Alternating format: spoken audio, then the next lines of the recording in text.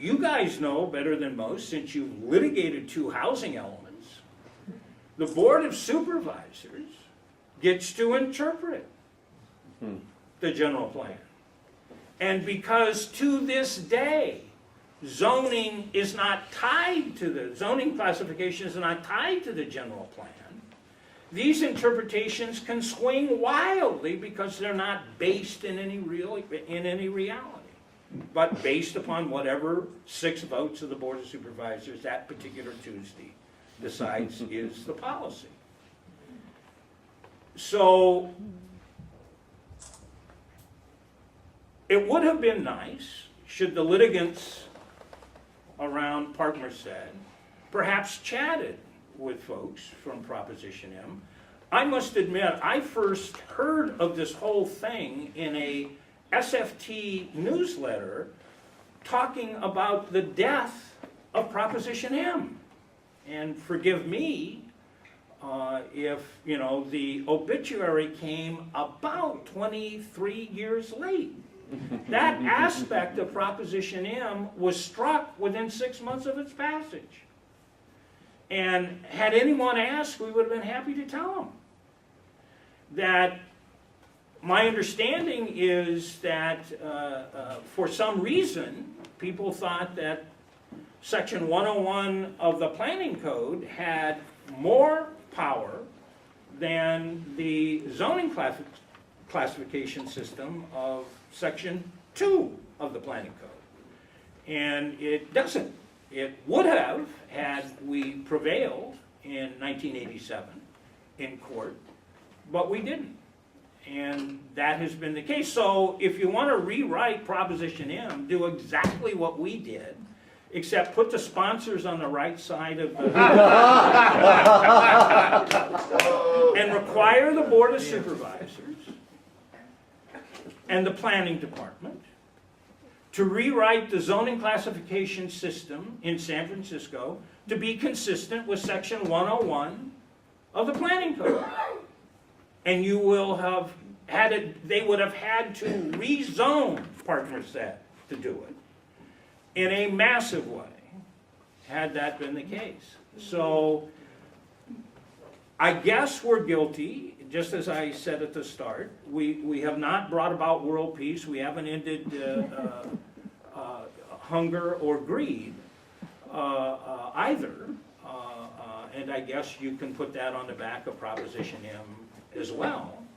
But in terms of doing what it set out to do, but for a decision of a Superior Court judge that said we couldn't implement Section 101 of the Planning Code, the other two elements have generally worked and have worked reasonably well, so well that the current administration at City Hall wants to repeal Proposition M. And it is not helpful in this day and age to be told by a sponsoring organization, Coalition for San Francisco Neighborhoods, who are one of the sponsoring organizations for Proposition M, that Proposition M is meaningless. Certainly the development community doesn't believe Proposition M is meaningless. And certainly those of us who drafted it understand its limitations in terms of the priority policies. And I'd have appreciated a phone call. You got one, and I remember it, and that was years ago. Yeah. Good for your memory. So I was asked in general, what is Proposition M's relationship to the housing situation in San Francisco? And given the long story I just told you about Section 101, Part 1, that the only reference to housing, Proposition M was aimed at controlling commercial office development, not residential office or residential development. And one of the huge shifts, and invite me back sometime and we'll talk about what that all means to us, is in San Francisco over the last 30 years has been that San Francisco is no longer, although we're supposedly on the cusp of now doing it, but we have not in the last 25 years actually produced commercial space. We've basically become the bedroom of Silicon Valley. We are a residential, all of the cranes that you see being on the horizon are not building office buildings. They're building luxury condos. And the whole shape of the city is being transformed not because of commercial development, but because of residential development. What happened at Park Merced was, of course, residential development. It was not commercial development. And per se was not about being controlled by Proposition M. We need to indeed talk about new measures in which we link market rate housing development with transit impact fees, with better muni, with more affordable housing, with better city services. We have to start talking about density in a way that is a little bit more than not in my backyard.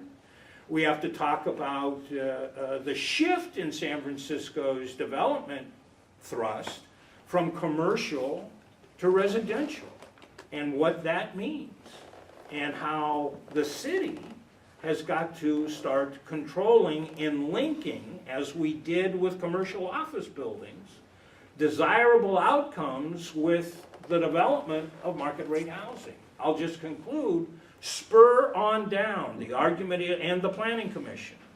We don't need any public benefits for market rate housing. We don't need any mitigation measures for market rate housing, because that's it. The housing is the benefit. Oh, God. That's the line. We don't need anything else because we're getting the advantage Oh, God. of $1 million condos. Oh, God.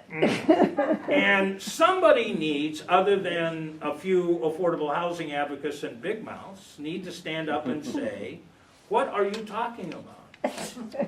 We cannot see the transformation, the economic cleansing of San Francisco and say there is no relationship between what is happening commercially, which is now high-end, market-rate residential development, literally driving middle-income people and below out of San Francisco.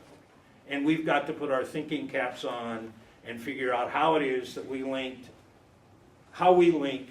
good outcomes to this economic activity, just as we figured out how to link reasonably good outcomes in linking commercial development to limits and then controls, including affordable housing fees, childcare fees, local hire fees, open space preservation fees, all of that we put on commercial office space, we need to figure out a way to put on market rate housing.